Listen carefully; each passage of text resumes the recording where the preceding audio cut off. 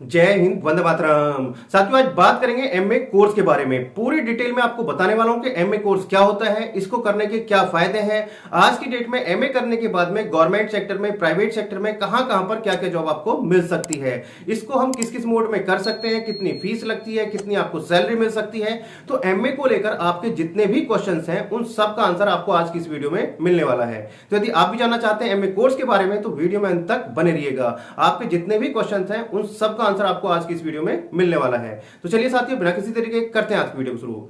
साथियों, वीडियो शुरू करने से पहले एक छोटी सी रिक्वेस्ट है कि यदि आप चैनल पर पहली बार आए तो चैनल जरूर सब्सक्राइब कर लीजिएगा, बेल आइकन प्रेस कर लीजिएगा, क्योंकि मैं आपके लिए इसी तरीके की इंफॉर्मेशन वीडियो लाता रहता हूं।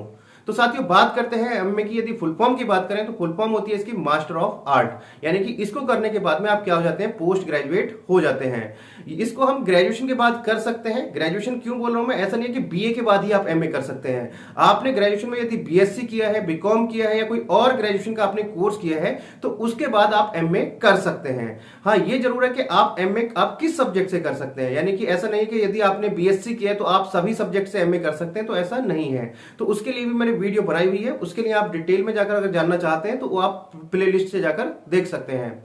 अब बात करते हैं एमए जो किया जाता है वो किसी भी एक सिंगल सब्जेक्ट से किया जाता है। जैसे आप एमए हिंदी से कर सकते हैं, हिस्ट्री से कर सकते हैं, ज्योग्राफी से कर सकते हैं, एमए मैथ से कर सकते हैं। तो एमए किया जाता है किसी भी एक सिंगल सब्जेक्ट से, और आप इसको किसी भी मोड में कर सकते हैं। यानी कि आप एमए रेगुलर भी कर सकते हैं, प्राइवेट भी कर सकते हैं, डिस्टेंस से भी कर सकते हैं और रेगुलर में भी कर सकते हैं। यानी कि सभी मोड से आप एमए कर सकते हैं। आपकी जो डिग्री होगी पूरी तरीके से मान्य होगी।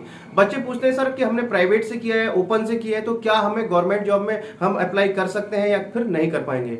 तो आपने किसी भी मोड से अपना एमए कंप्लीट किया है, आपकी जो डिग्री होगी वो पूरी तरीके से मान्य होगी, किसी प्रकार की कोई प्रॉब्लम नहीं है।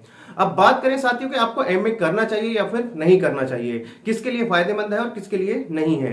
साथ ही यदि आप एक टीचिंग लाइन में हैं, यदि आप टीचिंग में जाना चाहते हैं, चाहे वो आप हम बात करें प्राइमरी से लेकर 12th क्लास तक की, या फिर हम बात करें कि आपको कॉलेज या यूनिवर्सिटी में पढ़ाना है, तो फिर आपको एमए करना ही चाहिए। यानी कि जिस भी सब्जेक्ट के आप टीचर हैं, जिस भी सब्जेक्ट के आपको टीचर बनना है, तो आप उस सब्जेक्ट में आप अपना एमए जरूर करें। यदि आपने बीएड कर रखा है तो वेल एंड गुड, यदि आप बीएड कर रहे हैं तो भी आप अपना एमए जरूर करें। यानी कि यदि आपको टीचिंग लाइन में जाना है तो आप अपना एमए जरूर करिए। इसके साथ साथ यदि एमए हम किस सब्जेक्ट से करें, यानी कौन सा सब्जेक्ट हमारे लिए बेस्ट है, हिस्ट्री से करें, ज्योग्राफी से करें, तो इसके लिए भी मैंने एक डिटेल वीडियो बनाई हुई है कि एमए आपको किस सब्जेक्ट से करना चाहिए। और साथ के साथ एमए के, जैसे एमए हिस्ट्री करने के क्या फायदे हैं, कहां कहां पर आपको जॉब मिलेगी, ज्योग्राफी से करते हैं तो कहां कहां पर आपको जॉब मिलेगी, फिलॉसफी से करेंगे तो हम कहां कहां पर जॉब मिलेगी, तो इसके लिए भी मैंने डिटेल वीडियो बनाई हुई है, वो भी आप प्ले लिस्ट से जाकर देख सकते हैं। इससे आगे बात करें कि एमए करने के क्या फायदे हैं। साथियों, जब आप एमए अपना कंप्लीट कर लेते हैं तो आप क्या हो जाते हैं, पोस्ट ग्रेजुएट हो जाते हैं। और जब आप पोस्ट ग्रेजुएट हो जाते हैं तो उसके बाद में आप जो यूजीसी नेट का फॉर्म आता है वो आप भर सकते हैं। जब आप एमए फाइनल ईयर में होते हैं तब भी आप फॉर्म फिल कर सकते हैं, और जब आप एमए कंप्लीट हो जाते हैं तब तो आप फिल कर ही सकते हैं। यदि आपका यूजीसी नेट का एग्जाम क्लियर हो जाता है तो आप कॉलेज या यूनिवर्सिटी में पढ़ाने के लिए क्या हो जाते हैं, एलिजिबल हो जाते हैं। आप एज असिस्टेंट प्रोफेसर कॉलेज या यूनिवर्सिटी में पढ़ा सकते हैं। और यदि आपका यूजीसी नेट में अच्छा स्कोर आ जाता है तो आपको मिल जाता है जेआरएफ, जूनियर रिसर्च फेलोशिप। उसके बाद में आप क्या कर सकते हैं, आप पीएचडी कर सकते हैं, रिसर्च की तरफ आप जा सकते हैं। उसके लिए क्या मिलता है, आपको गवर्नमेंट से पैसा मिलता है, और पैसा भी बहुत अच्छा मिलता है। 5 साल तक आपको ये फेलोशिप दी जाती है, 3 साल तक आपको जूनियर फेलोशिप दी जाती है, और आपको 2 साल तक सीनियर फेलोशिप दी जाती है। इसमें आपको लगभग 5 साल में 25 लाख रुपए तक दिया जाता है, यानी कि अच्छा खासा अमाउंट है। यदि आपका जेआरएफ आ जाता है तो आप अपना रिसर्च कर सकते हैं, पीएचडी कर सकते हैं। लेकिन ये अमाउंट तभी दिया जाता है जब आप कहीं पर भी पीएचडी में एडमिशन लेते हैं। किसी भी स्टेट गवर्नमेंट यूनिवर्सिटी या सेंट्रल गवर्नमेंट यूनिवर्सिटी से आप पीएचडी कर सकते हैं। इसके बाद में बात करें साथियों, जब आपका एमए कंप्लीट हो जाता है, जो आपका पीजीटी के फॉर्म आते हैं वो भी आप भर सकते हैं। यदि आपका सब्जेक्ट कॉम्बिनेशन है, जो आपने ग्रेजुएशन में सब्जेक्ट लिए थे और जो आपके पोस्ट ग्रेजुएशन में है, तो आप पीजीटी के लिए एलिजिबल हो जाते हैं। पीजीटी के आप फॉर्म भर सकते हैं, और भी जहां पर भी आपका पोस्ट ग्रेजुएशन मांगा जाता है वहां पर आप फॉर्म फिल कर सकते हैं। यानी कि एमए करने के बाद आप क्या हो जाते हैं, पोस्ट ग्रेजुएट हो जाते हैं, तो आप एमए कर सकते हैं। एमए करने के बाद में और भी बहुत सारे ऑप्शन हैं। आप रिसर्च की तरफ आप जा सकते हैं, आप कंटेंट राइटर आप बन सकते हैं, और आप जर्नलिज्म की तरफ आप जा सकते हैं। बहुत सारे ऑप्शंस हैं जिसमें आप जा सकते हैं, अपना करियर बना सकते हैं। अब बात करें किसको नहीं करना चाहिए, एमए किसके लिए सही नहीं है।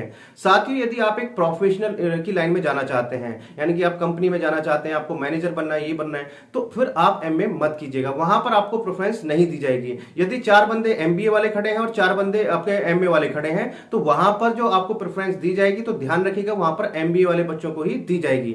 और अब सभी को पता ही है कि एमबीए वाले बच्चे आज की डेट में कितने हैं। तो यदि आपको प्राइवेट सेक्टर में जाना है, आपको इस टाइप की जॉब चाहिए, तो फिर आप अपना एमबीए कीजिए या एमसीए कीजिए, यानी कि इस टाइप के कोर्स कीजिए जो प्रोफेशनल कोर्सेज हैं, पीजीडीएम कीजिए। फिर आप एमए मत कीजिएगा, वहां पर आपको जॉब मिलने के बहुत कम चांसेस होंगे। हाँ, यदि आपको टीचिंग लाइन में जाना है, आप एडमिशन की लाइन में है, आप एजुकेशन काउंसलर हैं, या आप एजुकेशन की फील्ड में किसी भी फील्ड में आप काम कर रहे हैं, तो तब आपको एमए जरूर करना चाहिए। और या आप जो है कंटेंट राइटर हैं, या आपको जर्नलिज्म की तरफ जाना है, तो आप एमए कर सकते हैं। तो आई थिंक आपको सब सारी चीजें आपको क्लियर हो गई होगी। यदि अभी भी आपको कोई डाउट या क्वेश्चन रह गया है, तो आप मेरे से कमेंट बॉक्स में पूछ सकते हैं। मैं जितने जल्द से जल्द होगा उसका आंसर या उस पर बनाने की पूरी कोशिश करूंगा। तो चलिए साथियों, मिलते हैं आपसे नेक्स्ट वीडियो में कुछ नई अपडेट के साथ। तब तक के लिए जय हिंद, जय भारत।